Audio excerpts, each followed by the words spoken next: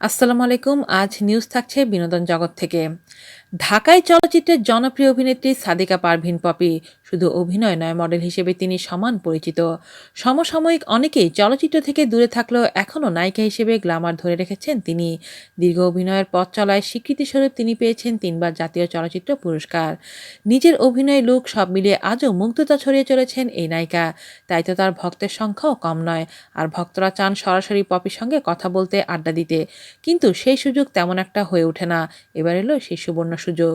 জনপ্রিয় এ তারকার সঙ্গে মুঠোফোনে কথা বলতে, আড্ডা দিতে ও তাকে কোনো প্রশ্ন করার থাকলে সেটিও জানা যাবে তার কাছ থেকেই। পপি নিজেই জানালেন তার ভক্তরা আগামী ৩০শে মার্চ রাত ৮টায় যে কোনো রবি এবং এয়ারটেল নাম্বার থেকে ২22২৮৮ নম্বরে কল করে তার সঙ্গে কথা বলতে পারবেন।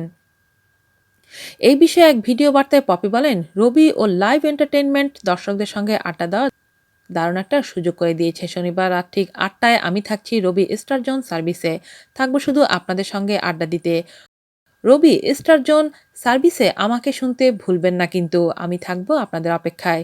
প্রিয় অভিনেতা অভিনেত্রীর সঙ্গে দর্শকদের সরাসরি কথা বলার সুযোগ করে দিচ্ছে রবি ও লাইভ এন্টারটেইনমেন্ট।